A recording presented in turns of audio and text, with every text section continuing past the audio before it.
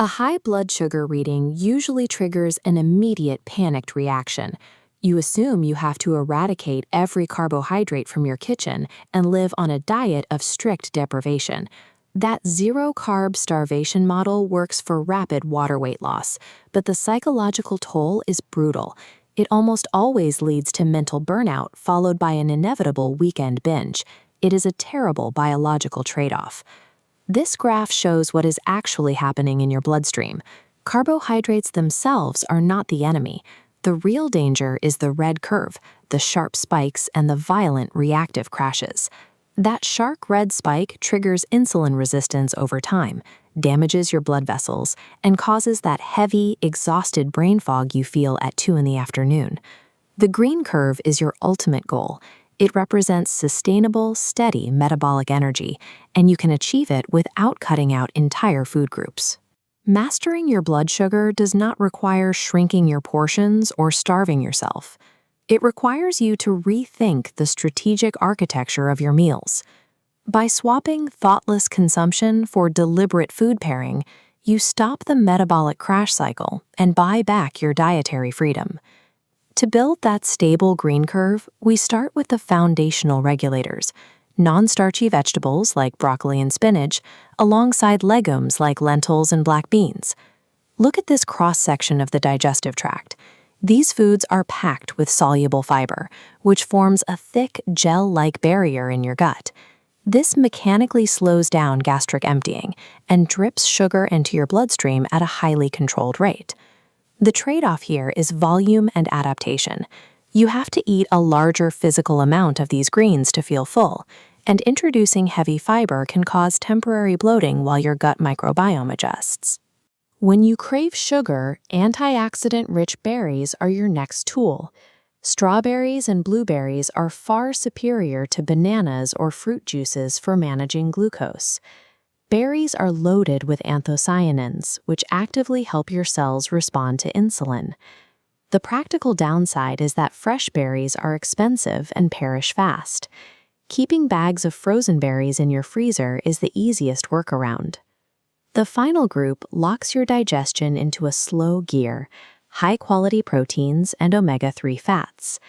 Fatty fish, eggs, chia seeds, and plain Greek yogurt provide the satiety you need without dumping sugar into your system. Cautionary: the catch with healthy fats like chia seeds, nuts, and avocados is their extreme calorie density. You must stick to strict portion control, like a single ounce of almonds. Otherwise, you will accidentally drive up your weight. These 10 foods act as biological regulators. Relying on them shifts your digestive system from highly reactive to highly stable. You can keep carbohydrates in your diet, but you need a way to grade them. The Glycemic Index is a ranking system that measures exactly how fast a specific carbohydrate raises your blood sugar. This tier list breaks down the grain hierarchy. At the top, in the red zone, are high GI foods like semolina pasta and white rice. Down at the bottom, in the green zone, are low GI alternatives like barley, bulgur, and steel-cut oats.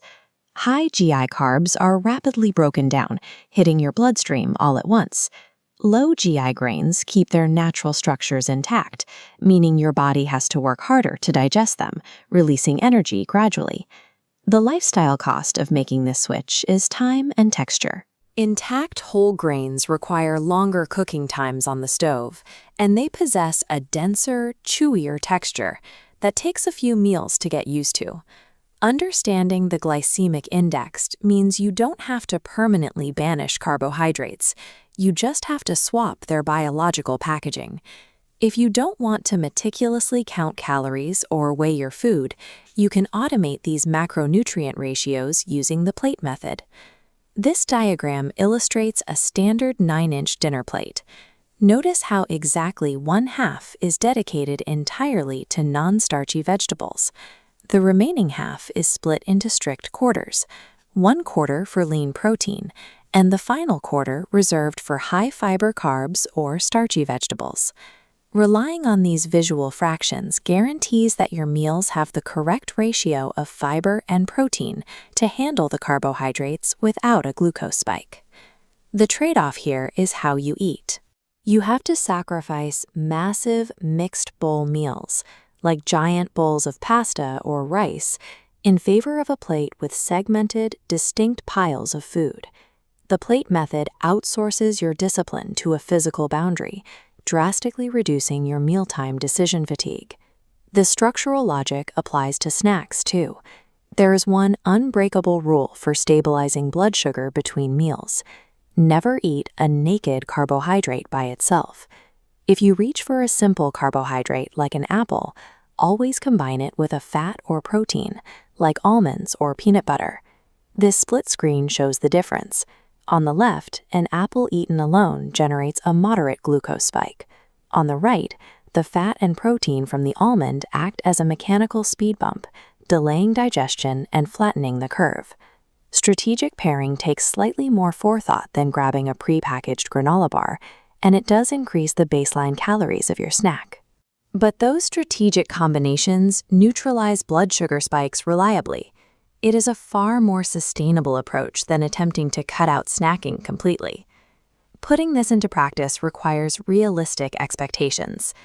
The common trap is Sunday overambition, attempting to perfectly prep 21 meals for the upcoming week. This high-input approach almost always results in total system failure and burnout by week 2. The high ROI alternative is to prep just one healthy, scalable recipe per week. Roast a massive tray of vegetables or batch cook a large pot of quinoa, and use that to cover your busiest 3 or 4 meals. Imperfect consistency with a single prepped meal yields far greater metabolic stability than a flawless, strict system that you abandon after 4 days. If you are an overwhelmed beginner, ignore the complex math of the glycemic index. Rely entirely on the visual fractions of the plate method to keep your portions safe. If you are a time-poor professional, focus strictly on strategic snacking. Never eat a naked carb, and take a 10-minute mechanical walk right after lunch to help your muscles clear glucose from your blood. If you are a dietary optimizer, focus on ingredient swaps. Choose intact grains over processed starches, and eat your vegetables and proteins before your carbohydrates to flatten the glucose curve even further. Managing blood sugar is an exercise in combinations and architecture, not a punishment built on eliminations. Trading the quick convenience of processed foods for the discipline of food pairing is a small investment. It buys back your long-term health, and most importantly, it lets you keep the freedom to eat.